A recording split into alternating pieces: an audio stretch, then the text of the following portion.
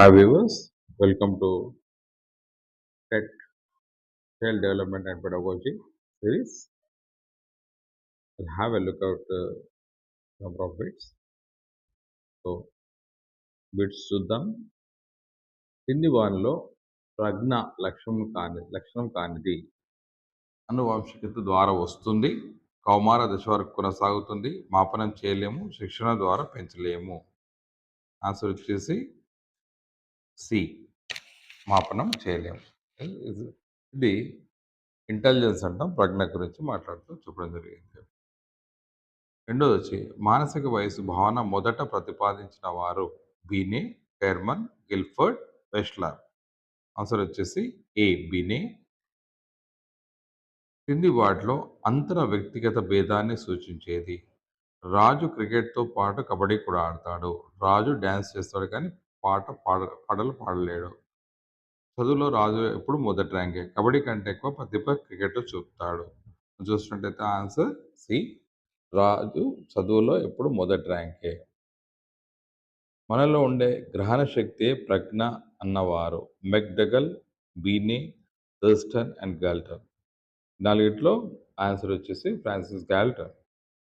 అంటే ఏదైతే మనము గ్రహించగలుగుతామో దాన్నే ఇంటెలిజెన్స్ అంటాము.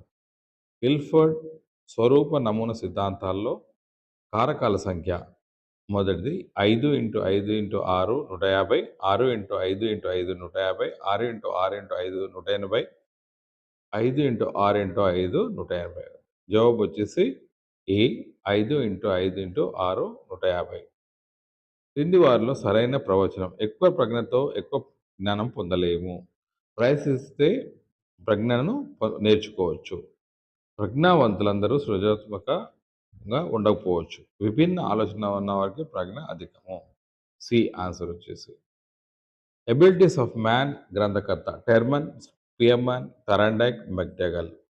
ఆన్సర్ వచ్చేసి స్పియర్మ్యాన్. కింది వానిలో వ్యక్తి అంతర్భేదానికి సంబంధించింది. షేన్ వాన్ అందరికంటే బాగా బౌలింగ్ చేస్తాడు. ధోని బ్యాటింగ్ మరియు కీపింగ్ కూడా బాగా చేస్తాడు. యువరాజ్ సింగ్ ఆల్రౌండర్. ద్రావిడ్ బ్యాటింగ్ చేస్తాడు కానీ బౌలింగ్ చేయలేడు. ఆన్సర్ వచ్చేసి వ్యక్తి అంతర్భేదానికి డి. స్పియర్మ్యాన్ ప్రకారం ప్రత్యేక కారకము యొక్క లక్షణము. ఇది వ్యక్తిలో స్థిరంగా ఉంటుంది. దీనివల్ల ఏదో ఒక రంగంలో అత్యున్నత ప్రతిభ చూపించవచ్చు. సాధారణ కారకం ప్రత్యేక కారకంపై ఆధారపడి ఉంటుంది. దీన్ని అభ్యాసం ద్వారా పెంచలేము. సో ఆన్సర్ వచ్చేసి బి. దీనివల్ల ఏదో ఒక రంగంలో అత్యున్నత ప్రతిభ చూపించవచ్చు. కింది వాటిలో వ్యక్తి అంతర భేదానికి సరిపోయి. సీత బాగా చదువుతుంది. సీత మరియు గీత మంచి చరిత్రకారులు. సీత గీత కంటే బాగా పాడుతుంది. సీత మంచి గాయని కానీ ఆటలు ఆడరాదు. జవాబు వచ్చేసి డి.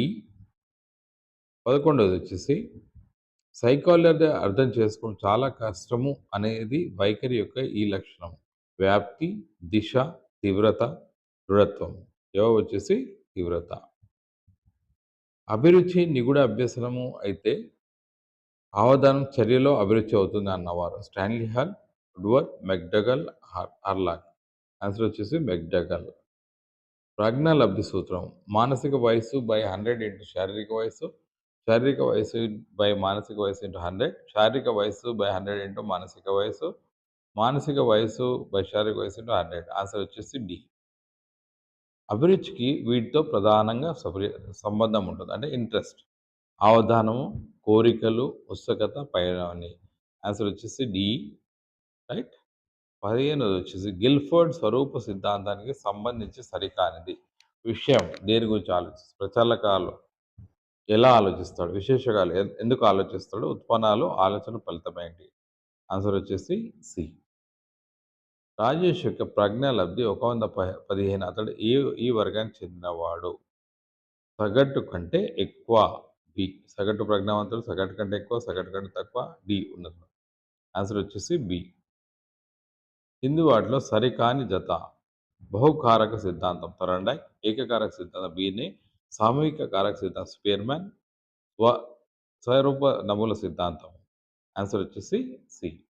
అంటే మిగతా 3 కూడా సరైనవి. అలవాట్లకు సంబంధించి సరికాంది. అలవాట్లు పుట్టుకతో రావు. అలవాటుగా చేసే పనిలో నైపుణ్యం ఎక్కువ. అలవాటుగా చేసే పనికి ఎక్కువ శ్రమ అవసరం లేదు. డి అలవాటును మాపన చేయలేము. ఆన్సర్ వచ్చేసి డి. అమూర్త ఆలోచనే ప్రజ్ఞ అన్నవారు Terman, Galton, Spencer, Simon. Answer వచ్చేసి ఈ. డిక్షనరీ ఆఫ్ సైకాలజీ గ్రంథ రచయిత Strong, Chaplin, Watson, Simon. Answer వచ్చేసి చాప్లిన్. సో దాదాపు మనం 20 ప్రశ్నలు చూసాం. ఇవన్నీ కూడా మరి exam point of view important. So మళ్ళీ కలుద్దాం ఇంకొక సెషన్‌లో. Thank you. Signing off doctor Kola. Bye.